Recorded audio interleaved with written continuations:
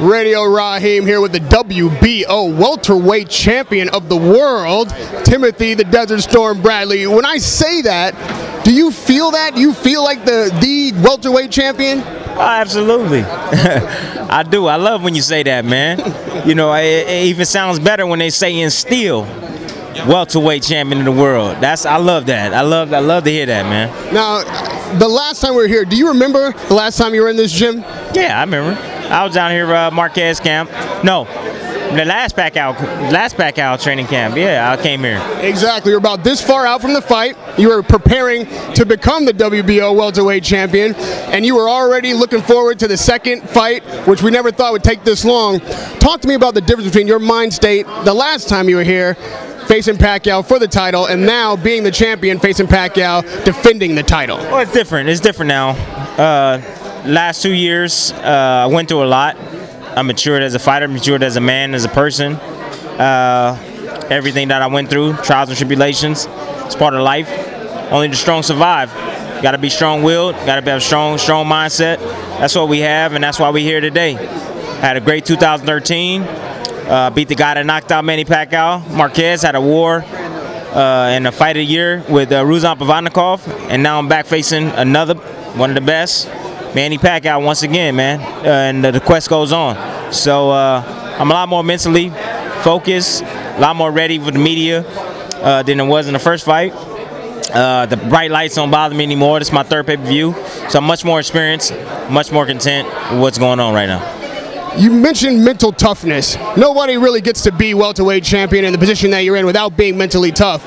But a lot has been made of you challenging Manny Pacquiao's mental toughness, his killer instinct, as you put it.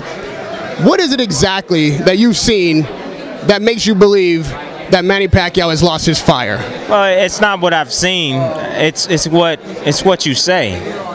I don't pay attention too much to reading stuff, but when some people bring some stuff up to my attention that I take notice to, I just listen. I read it.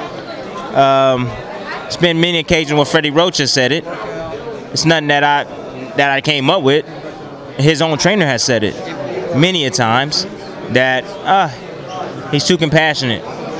He's lightening up on his sparring partners. He gets in fights. He lightens up on his opponents.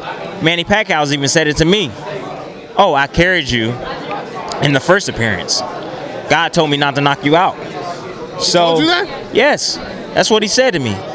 So, me being in the hurt business, I just feel that the fire's not there.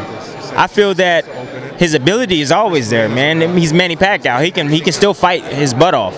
He still can knock guys out. He still can do it. But is he mentally, physically, mentally ready to do what he has to do to win a fight? I don't know. There is another angle to this, and it could be that Manny's speed and technique are his strengths, and we saw what happened when he tried to be too aggressive with Marquez. In the back of your mind, are you thinking that maybe you can bait him into overcommitting and getting a shot in like Marquez did and taking this aggression thing to your advantage? Well, he can be overly aggressive, and most guys, when they get in the ring with me and they overly aggressive, they get counterpunched, they get hit upside their head, and then they back off.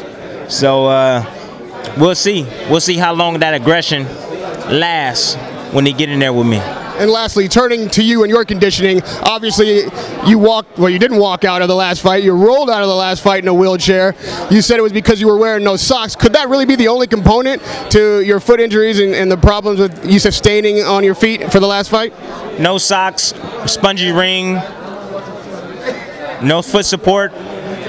That's a remedy for injuries. You are in Justin Fortune's boxing gym. I'm sure you're aware that Justin Fortune's Manny Pacquiao's conditioning coach. People say that Manny only fought half of each round last time out, a minute and 30 out of 3. If he fights the full 3, what are you doing in conditioning to be able to keep the pace and fight all 12 rounds, all 3 minutes? Well, in camp, got 3 different sparring partners, sometimes 4. Been going 1 round apiece with each of the sparring partners, which keeping me fresh, keeping all the sparring partners fresh, and keeping me tired all the time. And I constantly have to work and stay focused in the ring. Also, been sparring 10-minute rounds. I'm ready for this. you've gotten some criticism about your signing with Top Rank. There was all this back and forth about whether or not you were going to do it. If you can beat Manny Pacquiao for the second time, be the reigning champion, undisputed, what are you expecting from Top Rank to put in front of you? Don't really worry about that. I am under contract. I'll have a fight scheduled somehow. We'll sit down and talk. But right now, Manny Pacquiao's in front of me right now. I got to take care of business with him, and after that, I'll worry about that later. Manny Pacquiao would not say, even during face-off, that he would knock you out. Will you tell us how this fight's going to end? What is going to be the final conclusion with Manny Pacquiao, Timothy Bradley 2? Well, I don't know. I just feel this fight won't go the distance. Granted, the circumstances that both fighters have right now, I'm willing to do whatever it takes to win. I'm willing to go in the trenches and fight. I'm willing to do whatever it takes. But I know at the end of the night, man, I'm victorious, man. At the end of the night, I'll be victorious. Good luck, Timothy Bradley, the Desert Storm with Radio Rahim.